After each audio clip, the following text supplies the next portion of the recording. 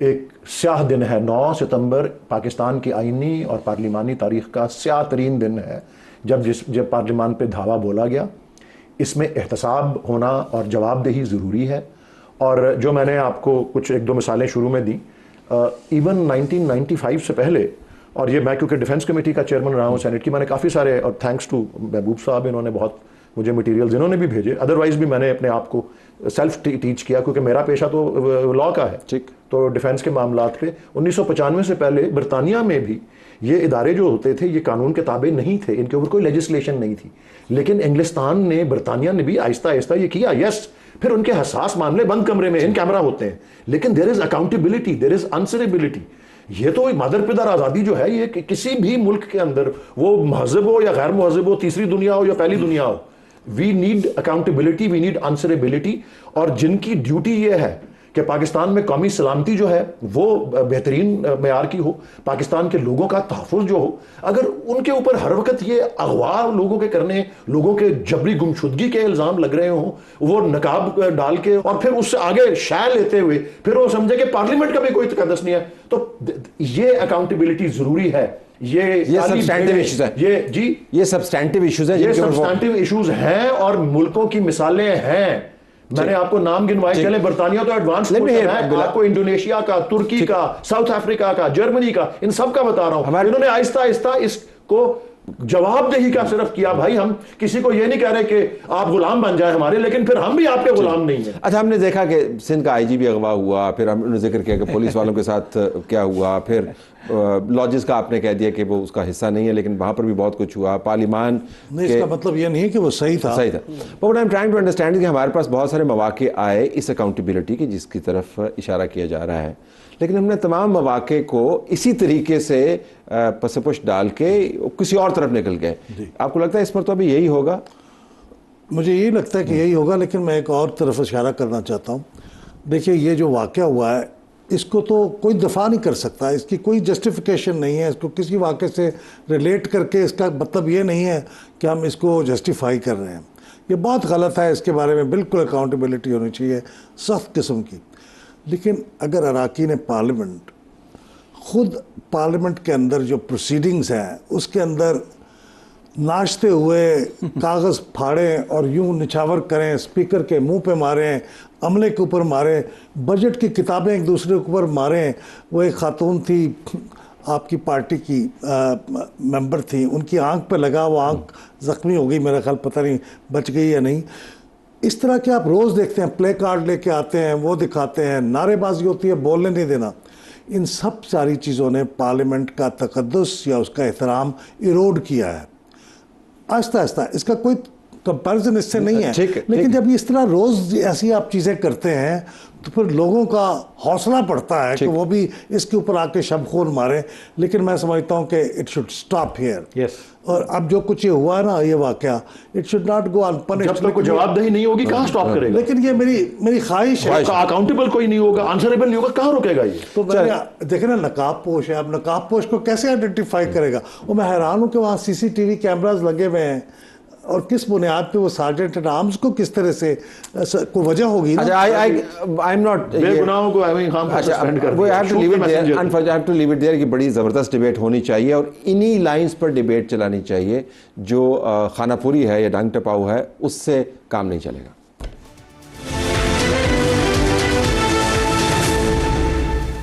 ماہرین کے مطابق پاکستان کے اندر خودکشی کے رجحانات بڑھتے جا رہے ہیں. ہمارے پاس ڈاکٹر رضوان تاج موجود ہیں, ہمارے نفسیات چیئرپرسن ہیں سائیکیٹری ڈپارٹمنٹ ایٹ پیمز پاکستان کے, اور بلکہ دنیا بھر میں ریناؤنڈ نیمز میں سے ایک ہیں. آپ کا بہت شکریہ جی, آپ نے ہمیں جوائن کیا. میں نے آپ ہی کا اسٹیٹمنٹ دیکھا, اخبار میں چھپا تھا, جس میں آپ یہ فرما رہے تھے کہ یہ ٹرینڈز بڑھتے جا رہے ہیں. تو یہ انڈیکیٹرز کیا ہے کہ ٹرینڈز بڑھ رہے ہیں سوسائڈ؟ یہ جو generally world wide, not Pakistan only, جو ریٹس ہیں نا وہ ویری کرتے ہیں ایز پر حالات. جس طرح وار کے ٹائم پہ زیادہ ہو جاتا ہے سوسائڈ اور یہ وہ. So generally if the country is going through some kind of difficulties اور ٹرموائل اور سے اکنامکس ڈیفیکلٹیز وٹ ایور, وار اور وٹ ایور, تو آپ دیکھیں گے کہ people get more depressed, more frustrated, more hopeless. The key word is hopeless. And then وہ پھر اس طرف آ جاتے ہیں, ان کا سوچ آتی ہے اس طرف, اور اس طرف دین کی طرف جو نہیں جاتے تو پھر وہ اس طرف زیادہ سوچتے ہیں, اور پھر وہ اتنا بڑا قدم اٹھاتے ہیں. Over all in the past Pakistan has been protected by it's strong religious links, because حرام ہوتا ہے سب کو پتہ ہے. But over the years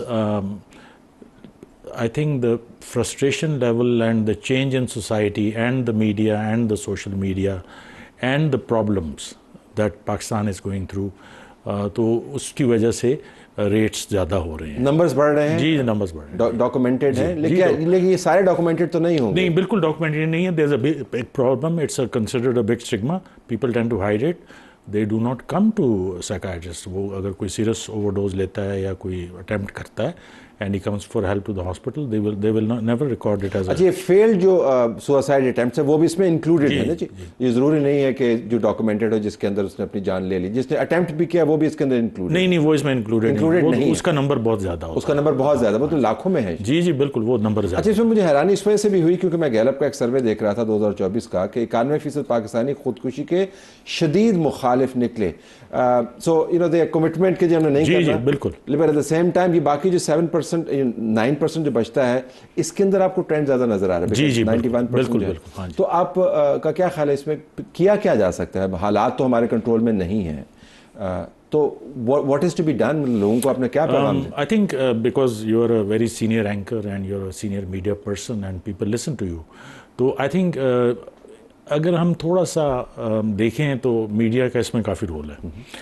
all the time that you see whether it's social media or electronic media, تو آپ کو سارا وقت بری خبریں نظر آتی ہیں, اور ڈیتھ, وار اینڈ, اور آج کل تو کچھ زیادہ ہی ہو گیا. پھر اگر دوسری طرف آپ چلے جائیں تو countries go through different crisis, اور پاکستان کافی کرائسس سے گزرا ہے. تو اگر ابھی اکنامک حالات خراب ہیں تو وہ بھی ایک بڑا ایشو ہے. لیکن آپ نیوز کو اگر انالائز کریں تو 90% of the news are bad news unfortunately. And Pakistani population's mind need a break. They need a good news, they need many good news, and they need a balance between what is shown. اور اس سے بہت زیادہ فرق پڑے گا. And I think that is one of the key.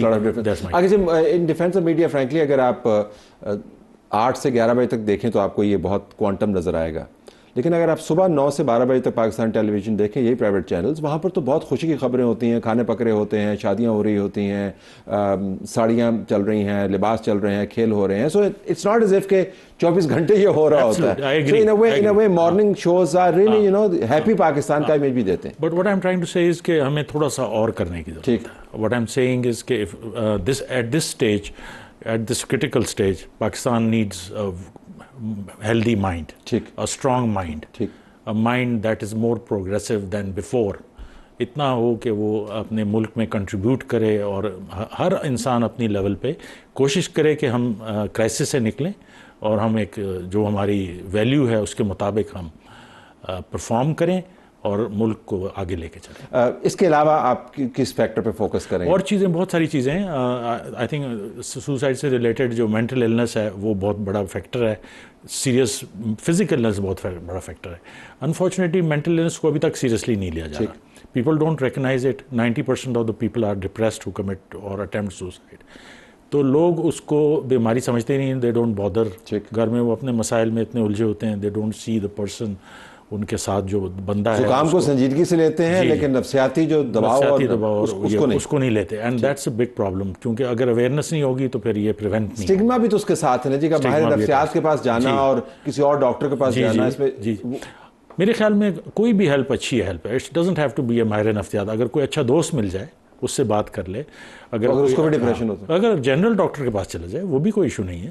لیکن ایسے بندے کے پاس جائے جو سمجھدار ہو اور ٹاکسک کمپنی سے گریز کرے, ٹاکسک کمپنی سے گریز. بالکل آپ جائیں دوست کے پاس اور وہ آگے سنا دے جی آج یہ ہو گیا وہ ہو گیا, وہ کہے کہ میں تو آپ پہ ہون کرنے لگا صاحب پہ, شکر ہے تو آ گیا 2 گھنٹے میں مل گیا. ایسا دوست نہ ہو. Exactly. Okay, thank you so very much for being with us. ناظرین, یہ بڑے اہم معاملات اٹھائے ڈاکٹر صاحب نے. آپ کو اپنی صحت کا جسمانی اور ذہنی خیال رکھنا چاہیے. Stay tuned for the next programme that will be tomorrow. ہماری طرف سے یہ کچھ اجازت چاہتے ہیں. اللہ حافظ.